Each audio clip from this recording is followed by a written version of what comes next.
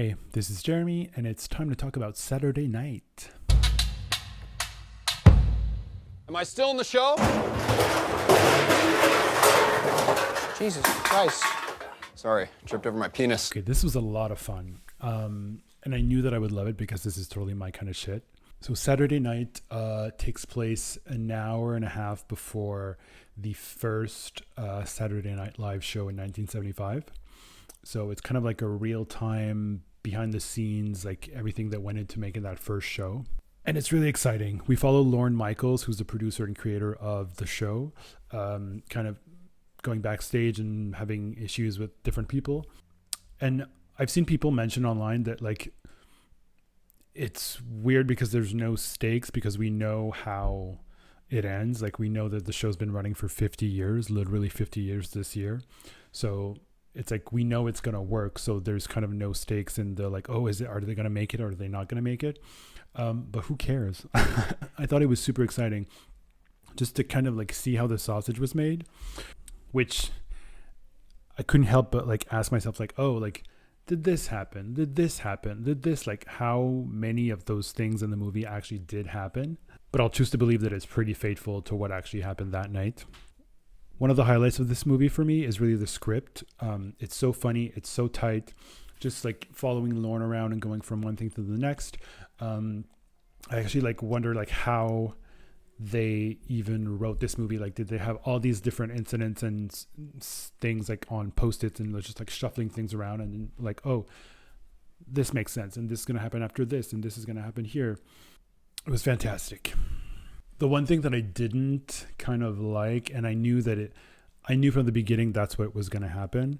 So it's not really a spoiler, but like at the end of the movie, you have the guy who's playing Chevy Chase be like, and live from New York, it's Saturday night, which is how they always open the shows. And then as soon as he says that, the movie's over. And I mean, of course they couldn't like do the whole episode. But it still felt like, oh, we've been working up to something and then boom, we don't see it happen. But then I guess that the fact that we know how it ends and we know how long the show ran, it's kind of like, oh, you know how this goes. So I don't know.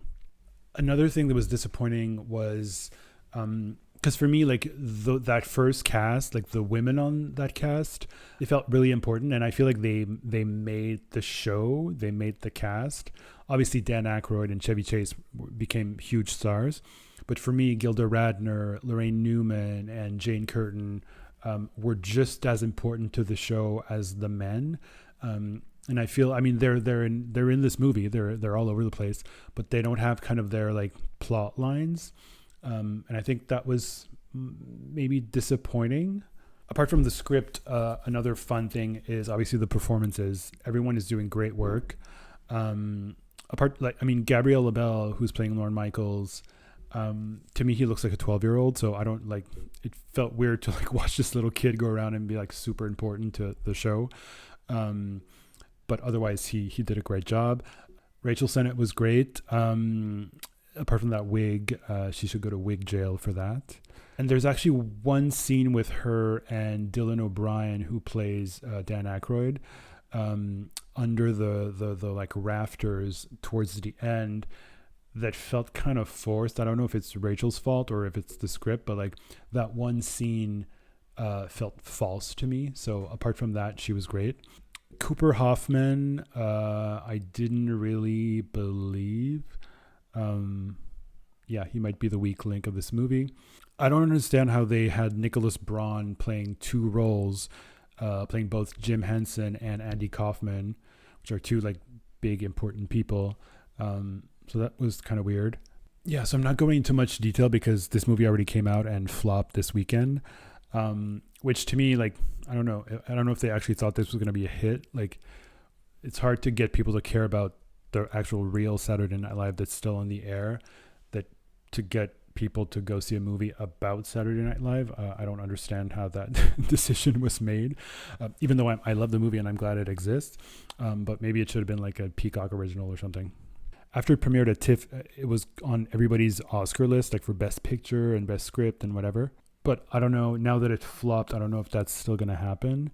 One person I really, really loved in the movie is Dylan O'Brien as Dan Aykroyd. I think he did a great job. He really surprised me. And Cody Michael Smith as Chevy Chase was great as well. But they won't get nominated for Best Supporting Actor. They just don't have, there's just not that much meat to their performance. I mean, I still think it has a chance to end up being nominated for Screenplay and maybe even Best Picture. I don't know. There's still some things that need to come out. Also, I really love the poster.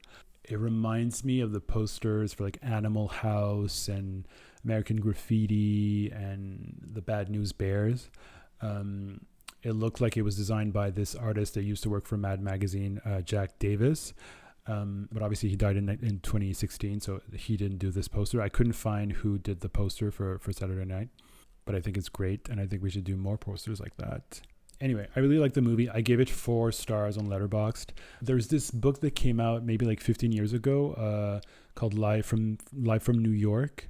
It's like an oral history of Saturday Night Live. It's like 800 pages. It's been on my Amazon cart for like since it came out, like 15 years, I guess. But I think I'm really going to get it now, and I really want to read it. I think it'll be interesting. So if you do go see it, let me know what you think. They want you to fail.